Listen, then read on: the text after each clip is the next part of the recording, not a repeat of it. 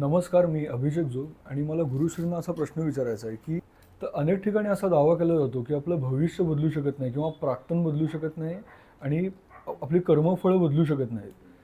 तर हे कितपत खरं आहे? आपलं मुळात विधिलिखित बदलू शकतं का?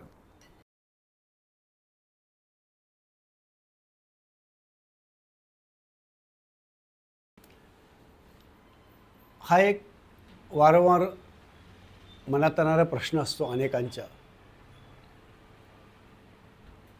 की भविष्य बदलत नाही, प्राक्तन बदलत नाही, कर्मफळ बदलत नाही. हे सर्व आधीचंच ठरलेलंच आहे, विधिलिखित आहे. त्यामुळे ते बदलणार नाही किंवा बदलताच येत नाही. असा एक प्रवाद किंवा असा एक ठाम समज सगळ्यांच्याकडे आहे. आणि त्यामुळे अनेक जण आळशी होतात की सगळं ते आधीच ठरलेलं ना, मग आता करून काय उपयोग काय, जे व्हायचं ते होऊन जाईल, असाही कुठेतरी मेंटल सेट होऊन जातो की मानसिक भूमिका तयार होऊन जाते. आणि त्यातून मग कर्तव्य शून्य बनत जातो. खरं तर सत्य परिस्थिती अगदी उलटी आहे. आपण काही कर्मफळं घेऊन जन्माला आलोत, काही कर्मांची बीजे जन्माला घेऊन आलोत. कर्म बीजे, भव बीज ज्याला म्हणतो, ही बीजे घेऊन जन्माला आलो आहोत.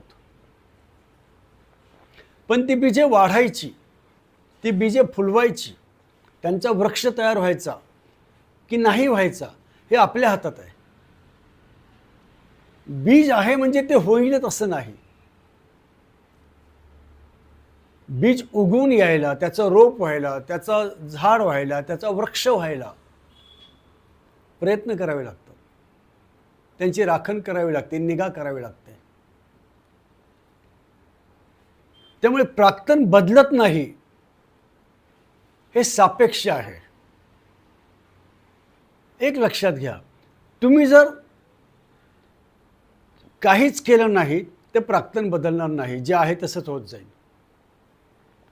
उदाहरण घ्यायचं झालं तर मी तुम्हाला सांगतो की समजा आपल्याला एखादा रोग झाला.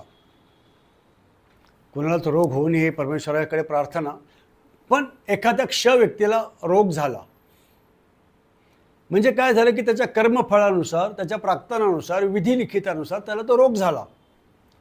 मग तुमचं विधिलिखित काय म्हणायला पाहिजे की त्याने हेच म्हणायला पाहिजे की माझ्या विधिलिखितानुसार मला रोग झालेला आहे, त्यामुळे रोग मी भोगत राहीन, त्या रोगाने जे काय होईल ते माझं होईल, असं आपण म्हणतो का? नाही. तर आपण काय करतो, रोग झालेला असेल, व्याधी झालेली असेल तर आपण डॉक्टरकडे जातो, डॉक्टर औषध देतो आणि तुम्ही बरे होता. म्हणजे तुम्ही काय केलं की तुमचं विधिलिखित, तुमचं प्राक्तन बदललं की नाही. तीच गोष्ट इथे आम्ही करतो मंत्रांनी,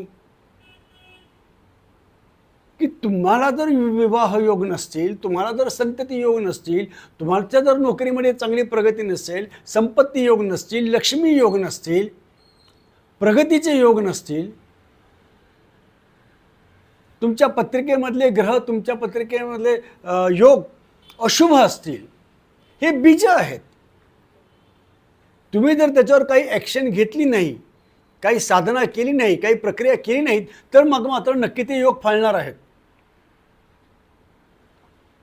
पण तुम्ही जर योग्य साधना केली, योग्य मंत्र घेतलेत, तर तुमचं विधिलिखित बदलू शकतं.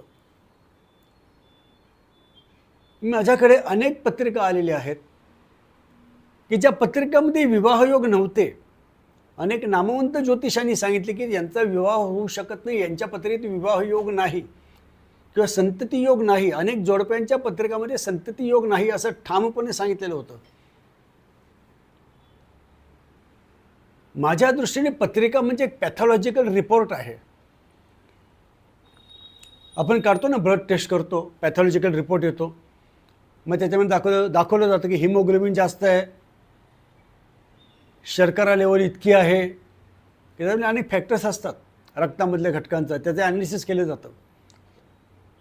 मग असं होतं का की ते पॅथॉलॉजिकल रिपोर्ट तुम्ही डॉक्टरला दाखवला, डॉक्टर सांगतो की या पॅथॉलॉजिकल रिपोर्ट करून तुम्हाला अमुक अमुक रोग झालेला आहे, आता हा बदलू शकत नाही, हे तुमचे विधिलिखित आहे, हे तुमचं प्राक्तन आहे.